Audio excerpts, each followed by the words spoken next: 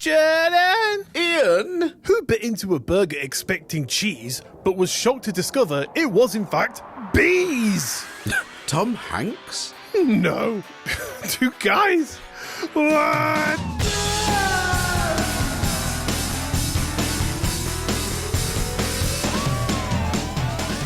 Mum always said life was like a box of bees.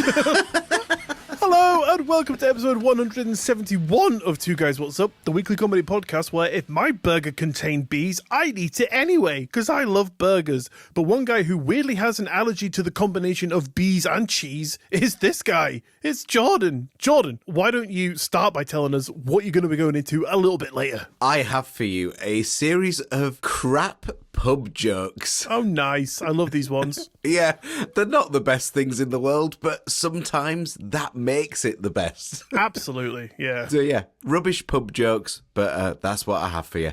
And what have you got for us? Well, Jordan, today we're going back to the year 1561, long before airplanes, satellites and drones, or even the idea that humans might one day occupy the sky. But here, on one spring morning, the people of Nuremberg, Germany, looked up into the sky and saw what looked like a full-scale battle happening right above their heads. Objects flying, shapes colliding, things falling from the sky in flames, and I think you're going to have to hold on to all of your jokes today. So I'm sorry, no segment for you. Okay.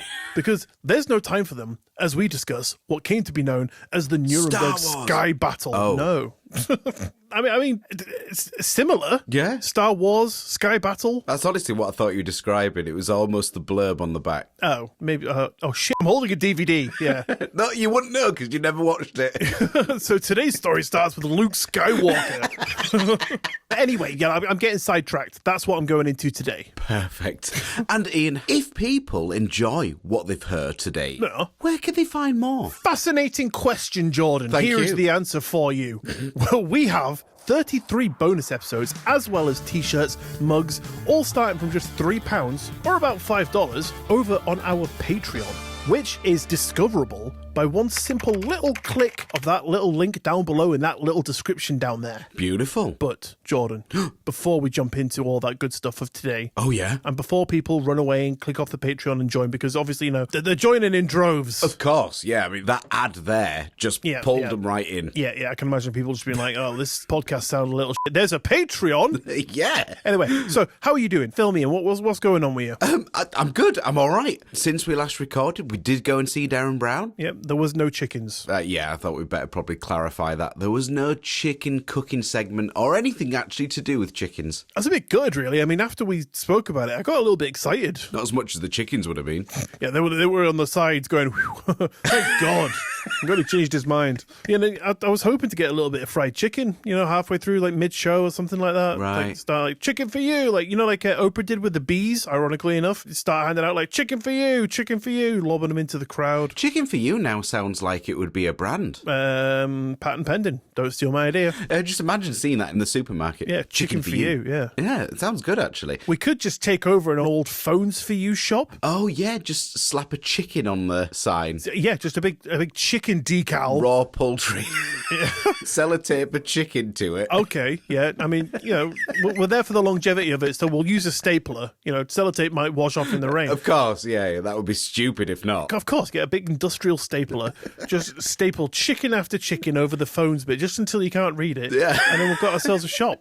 Nice. Yeah, sounds good. I mean, are they still flapping around? Not after the staples. Right. Oh, God. Yeah, that pretty much took care of that. Okay, fair enough. Separate thingy, and I feel like I better move on. Okay. We get the RSPCA involved.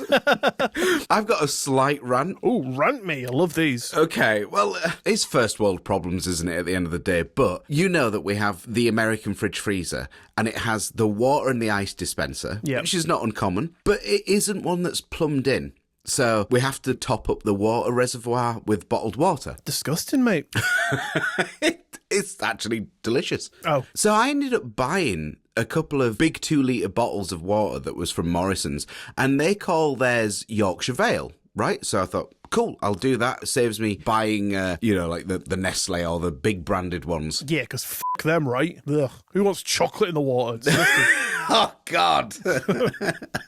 Oh, yeah, that sounds horrible. So my issue is the inconsistency that I'm noticing in the bottle filling. Yes, yeah, you sent me this video yesterday. I did, and you just basically did a question mark emoji. Did I? Yeah. Oh, I meant to do a laughy face. Sorry, my mistake. I thought you totally didn't understand the concept. No, I was trying not to be rude and ignore you, but I was mid-recording with Paul. Right. Okay. So I was trying to be a conscientious friend. Right, yeah. So instead you just replied with something nonsense. Yeah, heart emoji.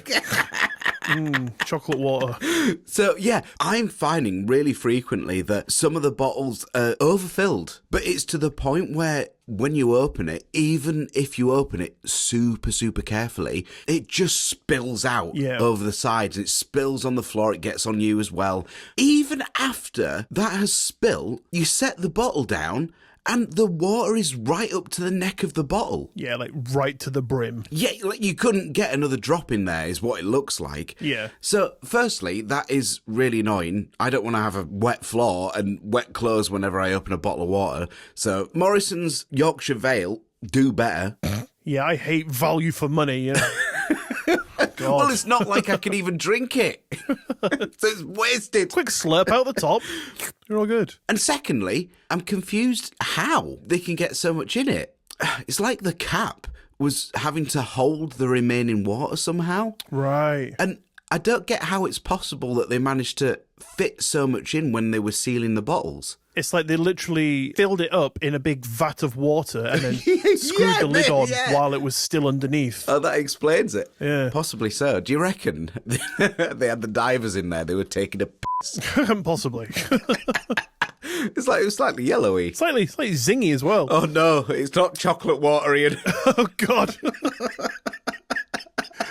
Little tip for you though, Jordan. I don't know if you know this, but you know that big metal thing that's over your sink in your kitchen? See, I know what you're gonna say. Yeah, well, it's fill it up from the tap. Yeah, that thing dispenses water. That tap, the same water. I'm sorry. Fucking hell, you've been working on that impression. That was amazing. 171 episodes. I finally got there. No, okay, I get what you say. The issue is the lime scale that's in it. Right, okay. So, it doesn't have an inbuilt filter, so therefore you can't really top it up because you're going to knacker your fridge freezer, basically. Well, another little tip for you. You know that thing that says Brita on it that lives in your fridge? That has water in the bottom of it. That's actually a filter. It is, but it doesn't filter out things like that. You would need to actually have a proper filter.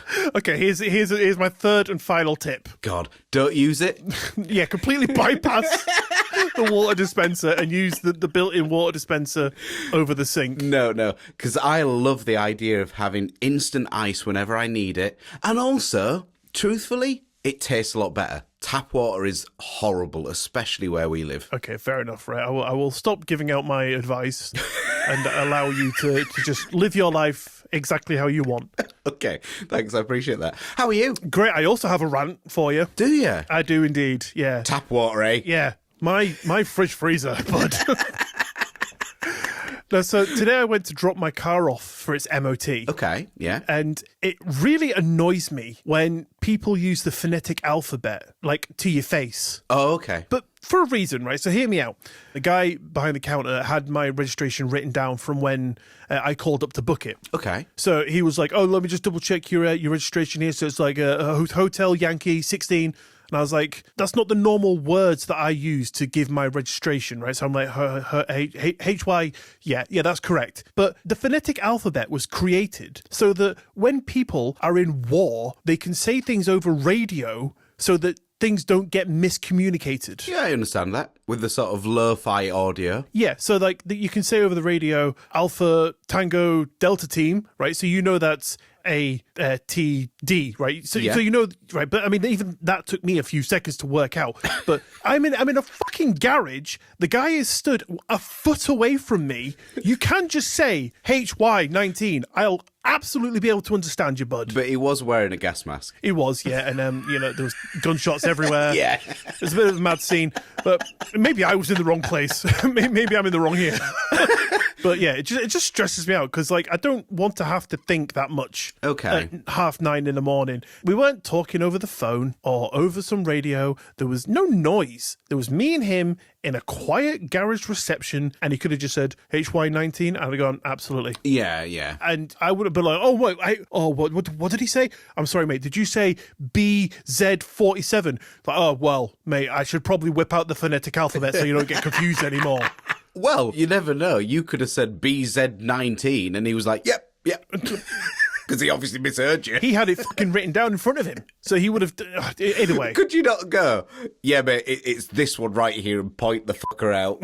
yeah, you've got it right there, mate. That's correct. But I just kind of feel like it gives people like this weird sense of self-importance. Right, okay. Like, oh, I know the phonetic alphabet. It's like you don't need to use it in an everyday situation. Yeah, I don't think I've ever done that in person. That is definitely a thing. But I would always do that over the phone. But what I tend to do, though, for example, if I was starting to give away my postcode, I'd go YO11, that's Yankee Oscar 11. I wouldn't just go out and say Yankee Oscar 11. I'd go YO11, that's Yankee Oscar 11. You know, like just as clarification. Yeah. That makes sense. Over the phone, that's more understandable. Yeah. Because, I mean, like, why? I don't think that really rhymes. So it's not that hard to discern from other ones, but does that even rhyme? Things like CDE. Right, they can get miscommunicated because I go and it's M and N, MN, B, G, D, E. They can all be miscommunicated or misheard over the phone with a slight crackle or yeah. So that's fine over the phone,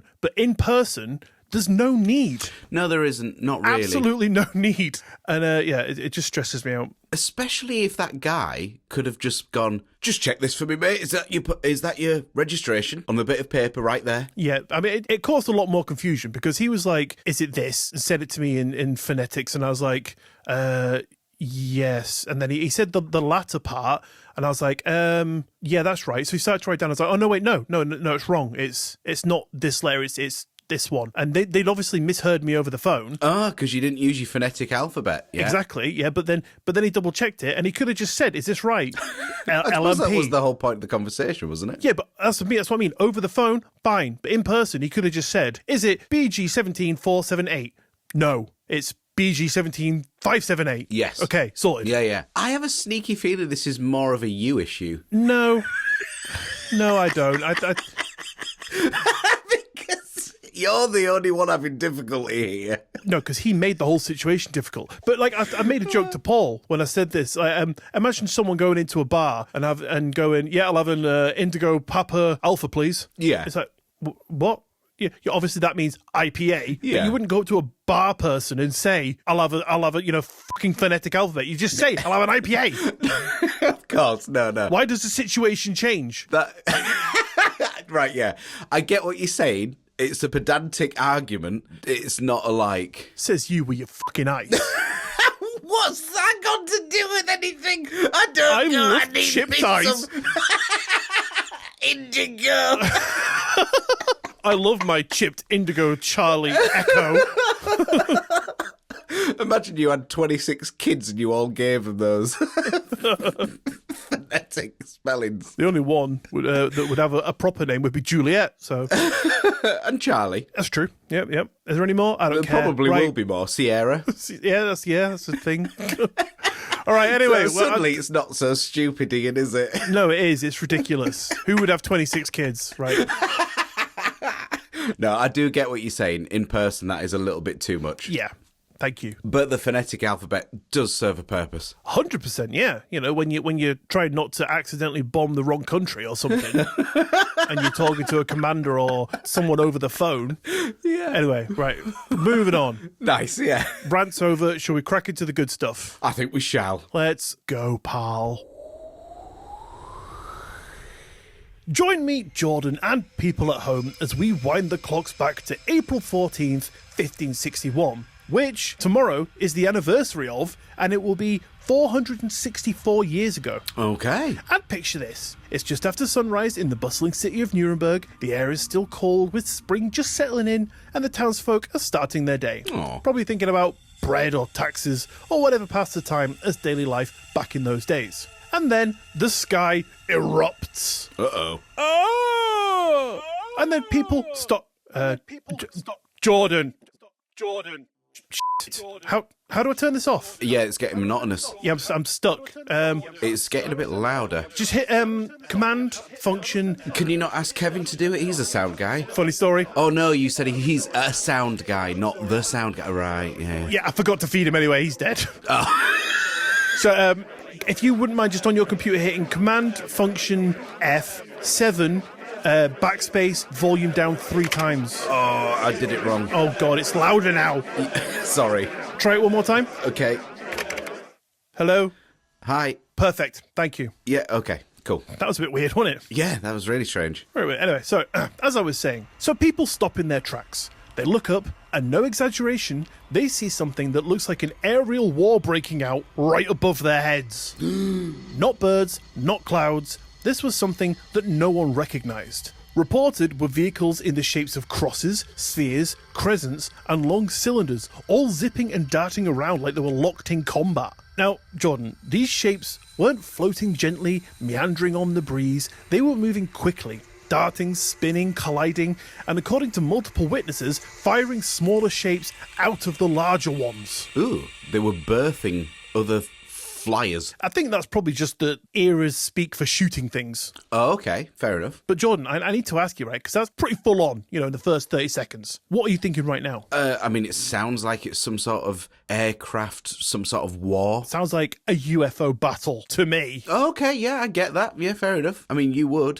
Very true. Yeah, I see a bird and I'm like, they're here. Are you sure you don't mean uniform Foxtrot Oscar? I'm sorry, mate. I have no idea what the you're talking about. Oh, right, okay. Sorry, I should have been clearer. UFO. Thank you. That was understandable. Yeah. But Jordan, as if that wasn't crazy enough, while this chaos was unfolding, fire rained down as some of these aerial shapes fell to earth, trailing black smoke behind them. So some of these are being shot down.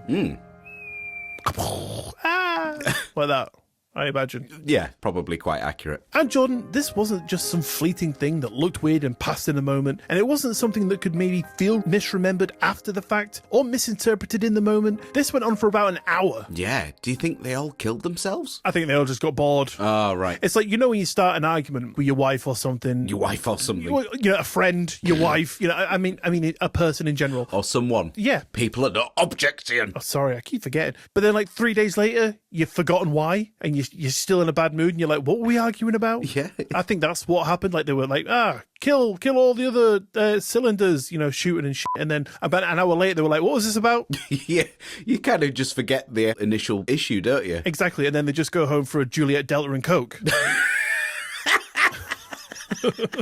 Nice. But Jordan, if this seems unbelievable, then put this in your pipe and smoke it. This wasn't just a one-off tale some random drunk mumbled to his pals in the pub after a bad pint. This event was documented. Brilliant. And not just in writing, but in wood and ink. The primary source of what came to be known as the Nuremberg event was a broadsheet, which, in the 1500s, were the tabloids of the day. They were single sheets, printed with a mixture of illustration and commentary covering anything from wars to plagues and comets to executions. And the news of the event was published just weeks later by a man named Hans Glasser, who was a local printer, woodcutter and engraver. But this wasn't just some little, something happened in the sky. This was extravagant. Okay. Hans Glasser is a woodcutter. He would have been better to be named as Hans Wooder. No, he got his nickname because he was an angry drunk, essentially. He'd have a few too many pints. You start glassing people. Oh, yeah. You fucking bastard. You stole my woodcutting implement. You've killed Hans. He had it coming. With your bare hands.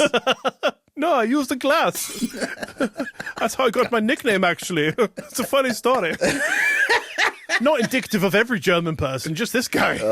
But Jordan, Glasser didn't just write about him. He made a carved woodcut illustration of what people saw. But it wasn't just some quick doodle. This was painstaking work.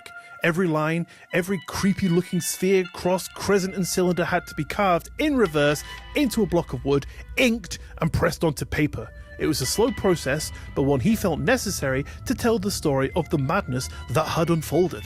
And this broadsheet was titled, "A Very Frightful Spectacle Appeared on the Sun." The top half was the chaotic battle scene, and the bottom half was a written account in early modern German where Glasser urges readers to take the event as a sign from God and repent their sins in a proper 1500s vibe. Today, the original is stored at the Zentralbibliothek Zurich in Switzerland and remains one of the earliest surviving visual records of a mass uniform Foxtrot Oscar-like event.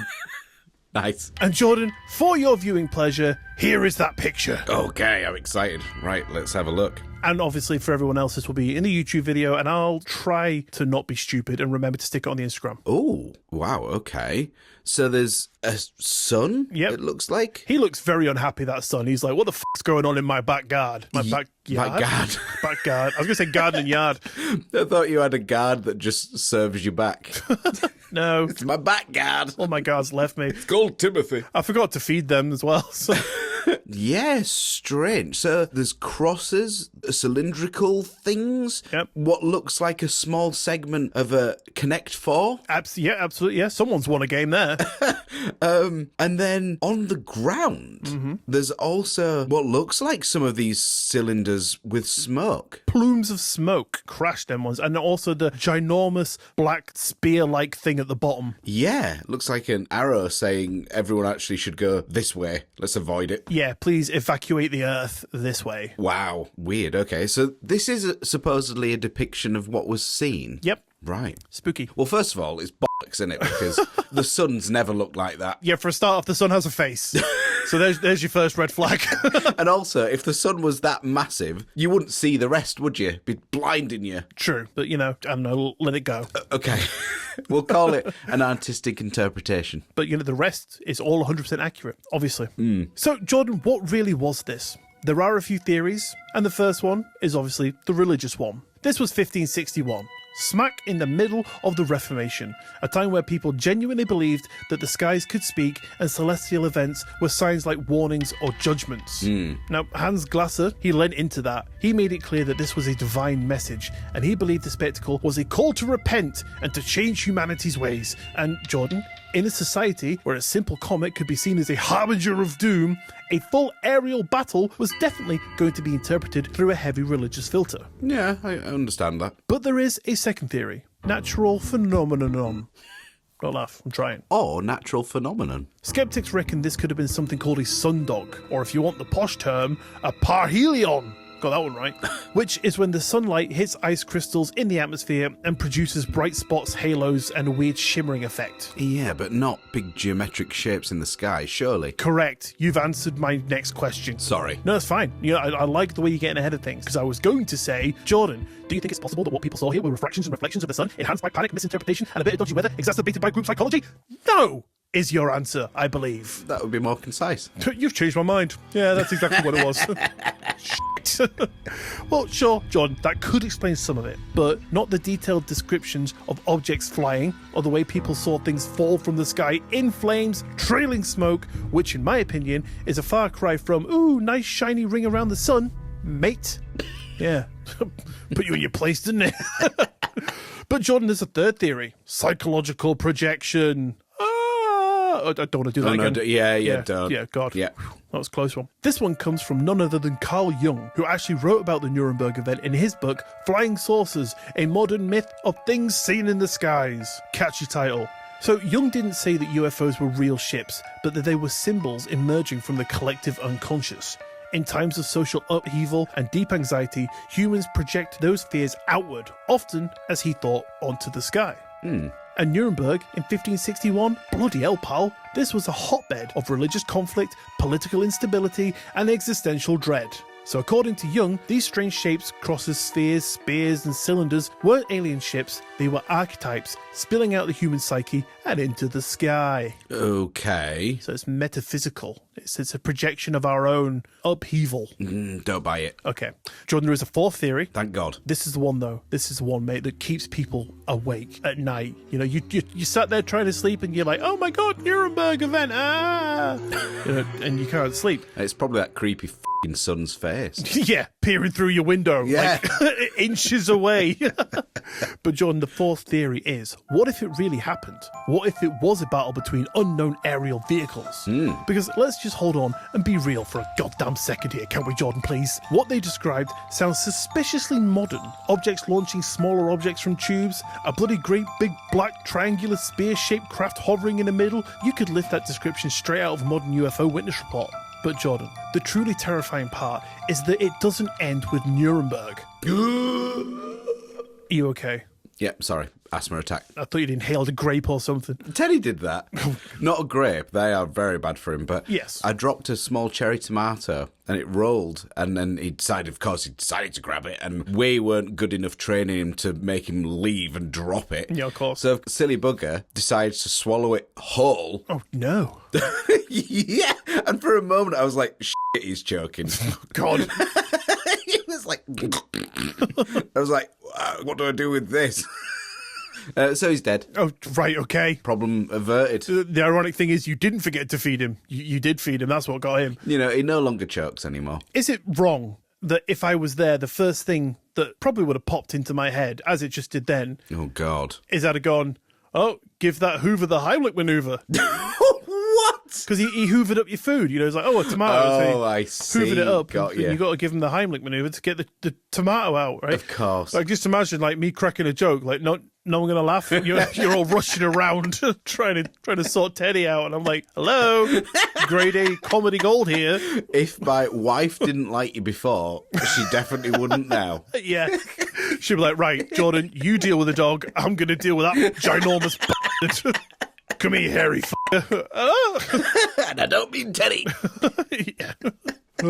Yeah, no, look, that is a joke. He is absolutely fine. Yeah, I mean, I don't think you'd have said that so nonchalant. I don't know. I'd like to keep you on your toes. But Jordan, back to weird sky stuff.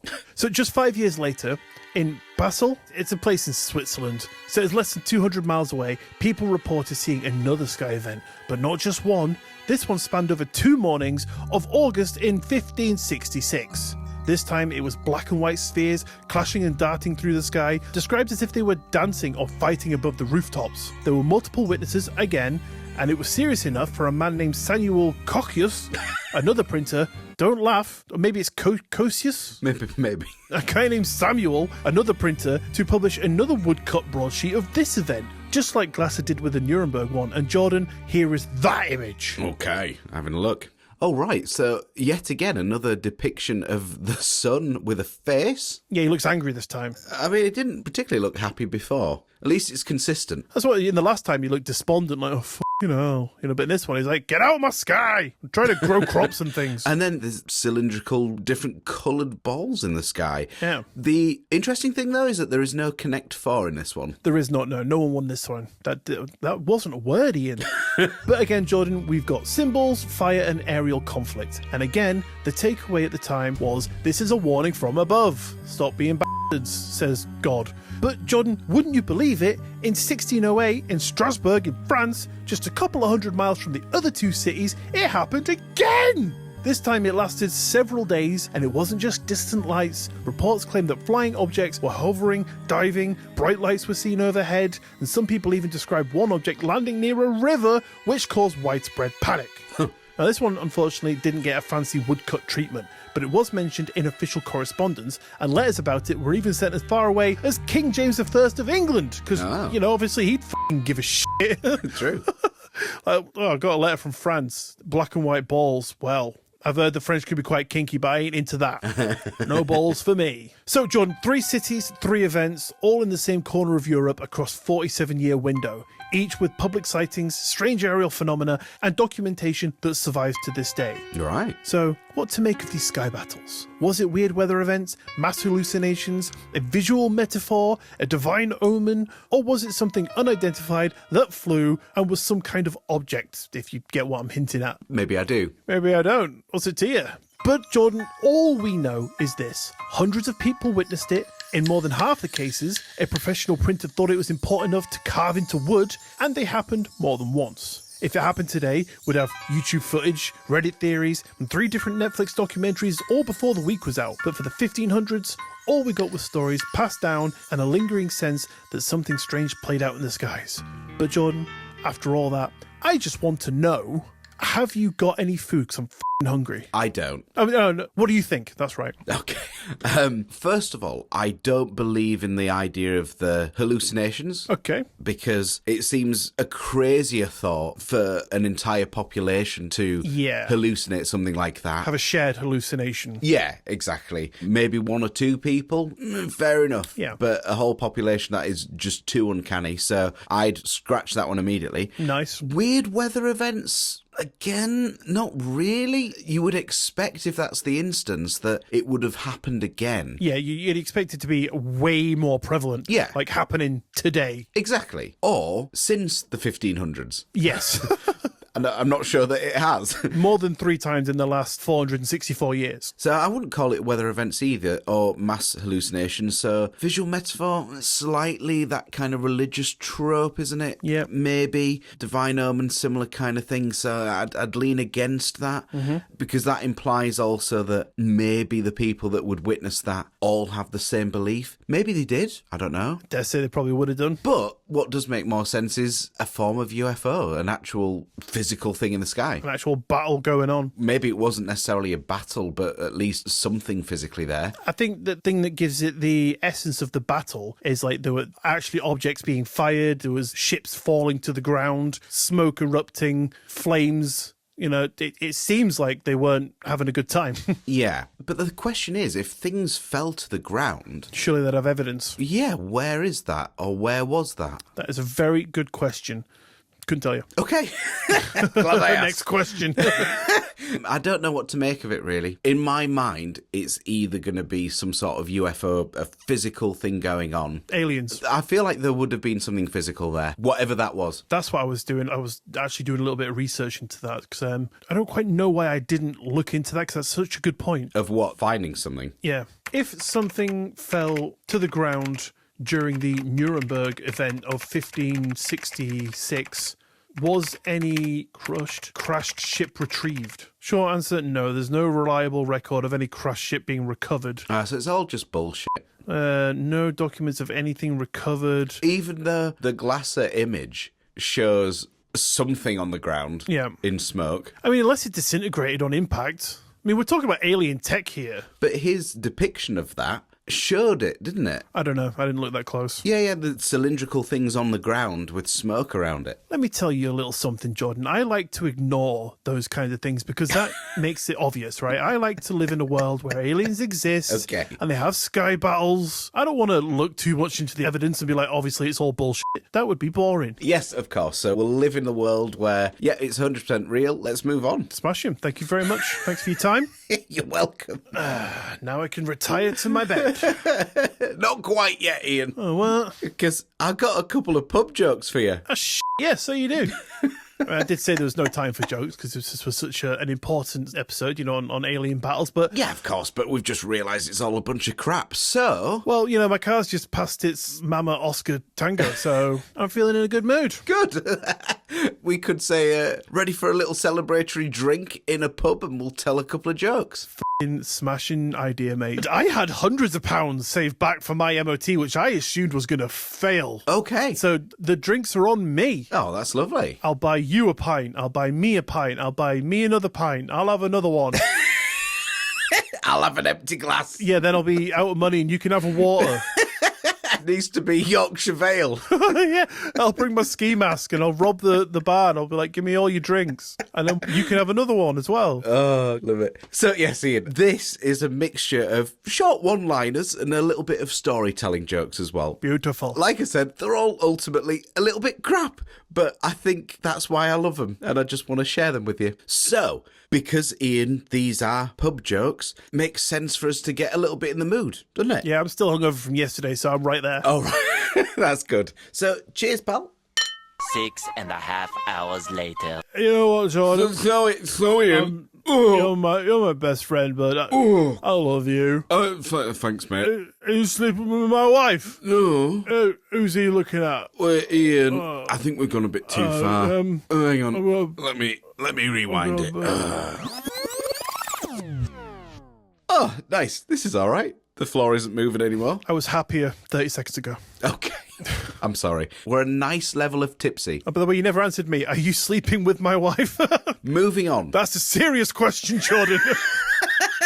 Imagine hearing Gina's voice in the background of your recording. Has he gone yet? Shut up, he's still here. Let's just say there ain't no sleeping, Ian. God. That is a joke. We spend all our time playing gin rummy. Okay, so, a couple of jokes for you. I bought the world's worst thesaurus yesterday. Not only is it terrible, it's terrible. Doesn't get much better, I promise you. Oh, God. Right. Why can't a nose be 12 inches long? I don't know, Jordan. Why can't a nose be 12 inches long? Because then it would be a foot. It's quite clever. That is quite clever, yeah. There's no way in hell I'd have gotten that.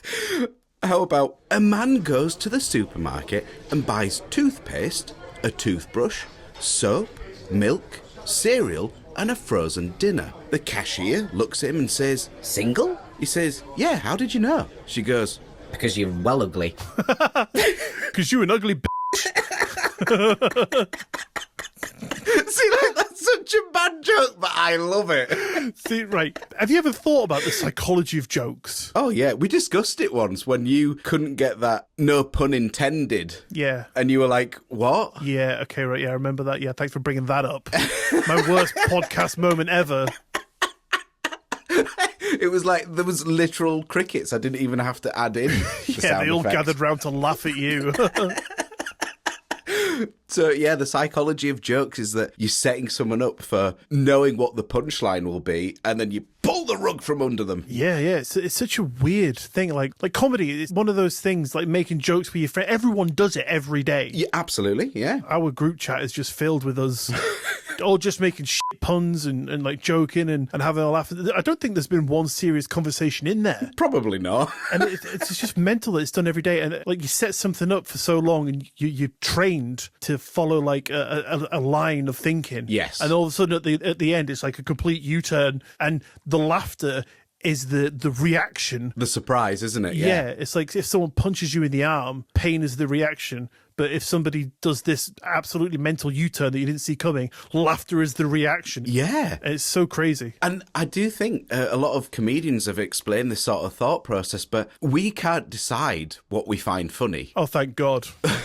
No, but the thing is, you know, some people really like edgy, offensive jokes. Yeah. And that is okay. You can't control, a little bit like your sexuality, I guess. You cannot control what you find really funny. Yeah. And some people find something funny and others don't. And it's a really interesting thing. So does that mean that there's no real hierarchy to comedic value? Like, so somebody might say, you know, sex jokes, they're the bottom of the barrel. Or like toilet humour. Yeah, or, you know, people say sarcasm's the lowest form of wit.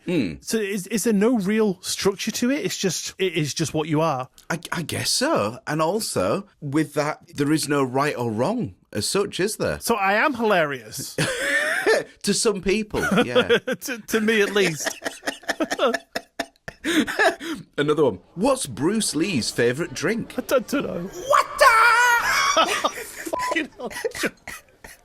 Did you like the delivery of that one? I loved it. It was top tier. How did you get Bruce Lee in the room with you? A lot of bribery. A lot of bribery, a lot of witchcraft, A lot of water. some voodoo. I tell you what, he loved that Yorkshire Vale. It's like, oh, this is filled right to the top. Yeah. I got my money's worth. How about, and God said to John, come forth, and you will be granted eternal life. But John came fifth, and so won a toaster. Toaster. When I first heard that, it took me a second. What? Toaster. Brilliant. I think that's my new favourite joke. A woman goes to buy a parrot. The prices are £200, £100, and just £15. Oh. She asks, why is the last one so cheap?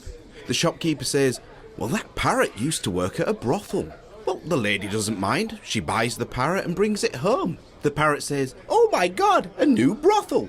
The woman laughs. Her daughter's come home and the parrot says, oh my God, 2 new workers. God. And the woman laughs. Her husband eventually comes home and the parrot says, "Fucking hell, it's Pete, not seeing you in a week." Shut up, parrot. I know. I walked into a hotel with my wife, and for her benefit, I asked the clerk if the porn in the room was disabled. He answered, "No, it's just regular porn, you sick fuck." I knew exactly where that was going as soon as you said it. Another man visits the doctor and says, "I think I'm losing my hearing." The doctor asks, "Can you describe the symptoms to me?" Oh, yes. He says, "Sure. Homer is fat and bald, and Marge has tall blue hair." Marge is tall blue hair. Marge has tall blue hair. Apparently he's blind as well. Did I say is? Yeah. Did I? Which is funnier. Homer is fat and bald, and Marge has tall blue hair. She's just a big blue hedge. She's just a big wig. Question for you, Ian. Hit me. What animal can jump higher than a house? Ooh, I don't know, John. What animal can jump higher than a house? All of them. Houses can't jump. I read that by law, you're supposed to turn on your headlights whenever it's raining in Sweden. But how am I supposed to know when it's raining in Sweden?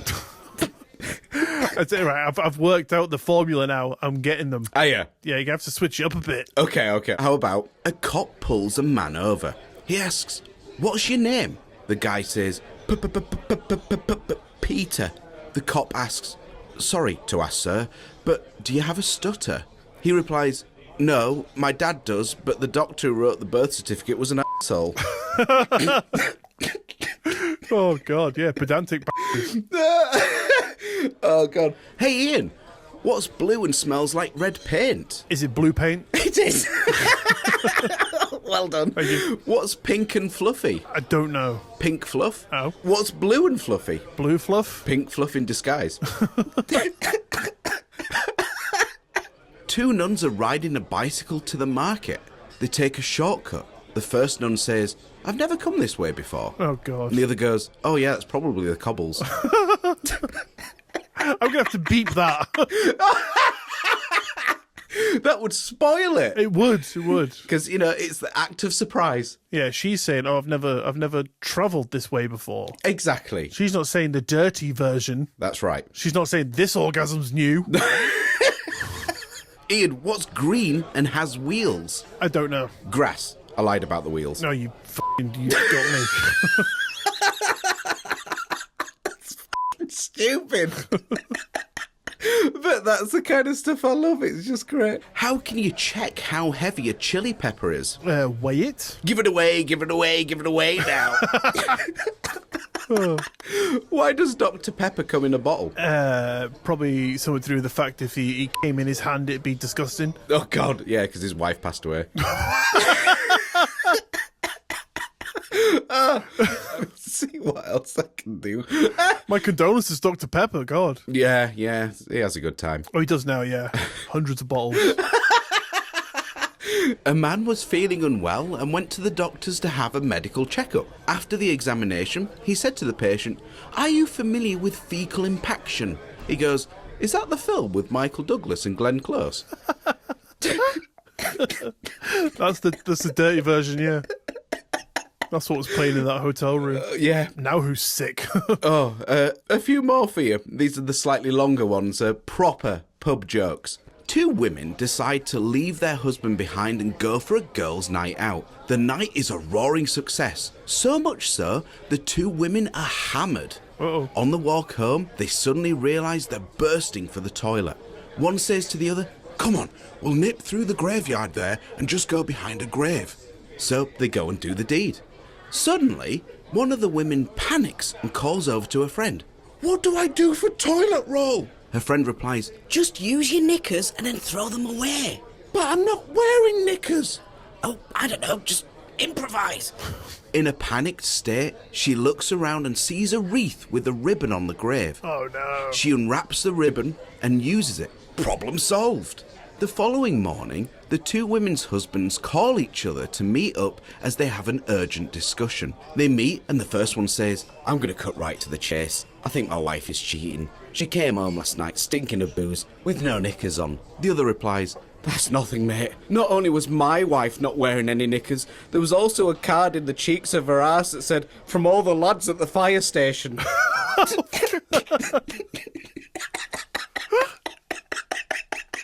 Like, they're also politely inclined to just leave that there. Another one. Oh, for Paul. Penultimate one. Oh, thank you. He's probably stopped playing that game now. No, we discuss it regularly. Oh, don't, does he? A cowboy rode into town and stopped at a saloon for a drink. Unfortunately, the locals always had a habit of picking on strangers, which he was.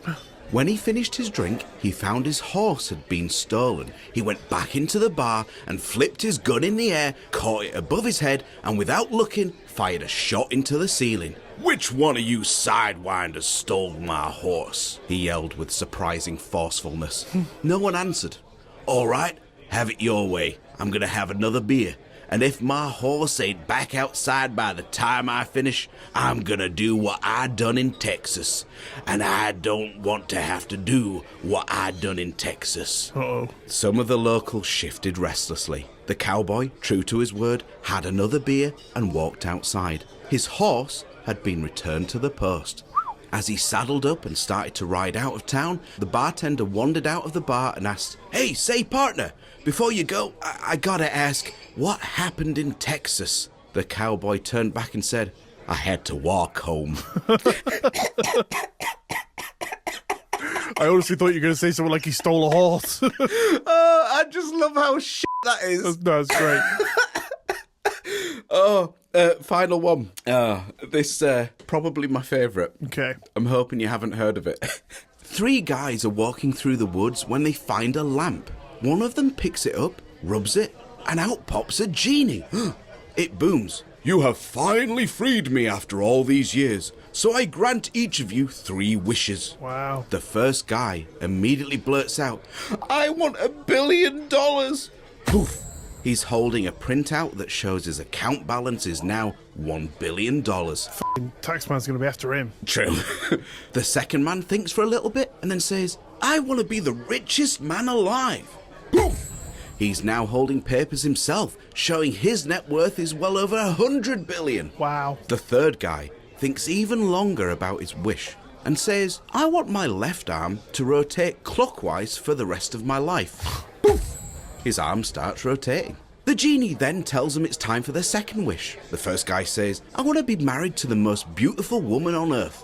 Poof! A stunning lady wraps herself around his arm. The second guy, I want to be good looking and charismatic so I can have any girl I want. Poof! His looks change and the first guy's wife immediately starts flirting with him. Oh. Uh-oh. The third guy says, I want my right arm to rotate counterclockwise until I die. Poof! Now both of his arms are rotating, but in opposite directions. The genie then asks them to think very carefully about their third and final wish, for it will be their last. The first guy thinks for a while and eventually says, I never want to become sick or injured. I want to stay healthy until I die. Poof! His complexion improves, his acne is gone, and his knees don't bother him anymore. The second guy says, I never want to grow old. I want to stay 29 forever. Poof! He looks younger already. The third guy, he smiles triumphantly and says, my last wish is for my head to nod back and forth. Poof! He's now nodding his head and still flailing his arms around in opposite directions. The genie wishes them good luck, disappears, and the men soon go their separate ways. Many years later, the 3 men meet again and chat about how things have been going. The first guy is ecstatic. I've invested money and multiplied it many times over, so me and my family will be among the richest of the rich pretty much forever. My wife is a freak in the sheets, and I've never gotten so much as a cold in all these years. The second guy smiles. Well, I built charities worldwide with a fraction of my wealth. I'm still the richest guy alive, and I'm also respected for my good deeds. I haven't aged a day since we last met, and yes, your wife is pretty wild in bed. The third guy walks in, flailing his arms around and nodding his head, and goes, I think I f***ed up. It's the most shit thing ever. But what I love about it is the build-up, because you expect it to be really good. Yep. Actually, he just made a bad choice. And that, ironically, the truth of where you thought that was going is the twist. Exactly, yeah. So I pulled it from under you, Ian. You did. That rug is gone. Oh, there you go. Amazing. So, yeah, some pub jokes for you. Never a bad way to start your week. Absolutely, I agree. It felt like I needed something light-hearted after a couple of episodes of pretty dark stuff. You know what? I think that's fair enough. I mean, even the bonus episode Yes, true. at the end of last month was harrowing. So, I feel like I've made up for it. Yeah, that story when you spoke about that guy that cut that other guy's head off with a what was it? A fucking soup tin lid. Yeah. Yeah, that's in there, people. Definitely want to go and listen to. All yours for just £3 a month. Oh, God. So, Jordan, thank you very much for bringing us some happy content. I mean, the pub now, as it's Monday, is 5 days away. So if you're just craving the weekend and that pub vibe, then you've got it on a Monday morning on your drive to work. There you go. What more could you want? Pretend your mocha chocolate chai latte is a pint of Stella or something, and just have some lovely fun. Lovely, yeah. Just froth it up a little bit. It'll soon look like bubbles. Just don't blow too hard. If that froth goes in your face. Oh, yeah, it might scald you. Yeah, or you might crash. Yeah, absolutely. Do drive responsibly. This is really turned wholesome. So, Ian, does that bring us round to the end of today's episode? I believe it does, Jordan. Oh, bloody fantastic. Thank you for tuning in to today's episode of Two Guys What's Up. Don't forget to follow the show wherever you listen to us, and maybe even tell a friend. Take your friend to the pub. Order whatever you like, really, and decide to reminisce on some of the best/worst pub jokes.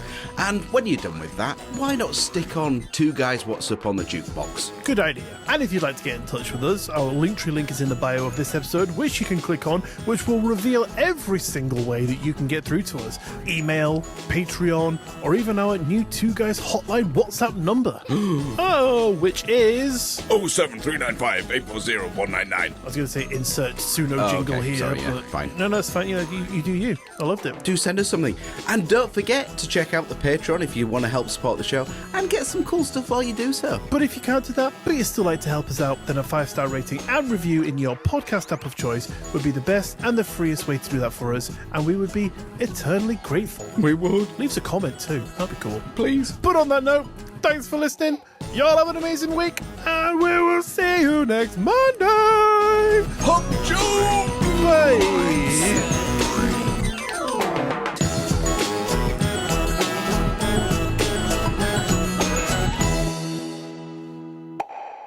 Let's have the same water. No, okay, I get what you're saying. You can't do that because of the high... Tap, you're too short, I get it. No, f*** off. I can't reach it. It's there, I'm trying to use the shower. Yeah. Oh, no, what's the word? It's not fluoride, it's... I think I know what you mean. It's like the minerals. What do you call the hardness of the water? Erection? Sorry, I hear the word hard and that's the first thing that comes to mind. Oh, I can't remember what it's called. Oh, that's it. The lime scale. Yeah. Sorry, 1 second. Oh. Hello? Is that Ian? Yeah, speaking. After our last conversation, me and the boys have got a little present for you. Perfect, thank you very much. I don't think you get this, mate. It's a knuckle sandwich. I'll be round in a couple hours, is that all right? No, don't come here. We're not ready for you. Perfect. Look, how about we just call the whole thing quits, yeah? We're sorry we bothered you. Thank you very much. We'll just leave you alone from now on, yeah? Cheers, buddy. All right, bye. Bye-bye. Excellent.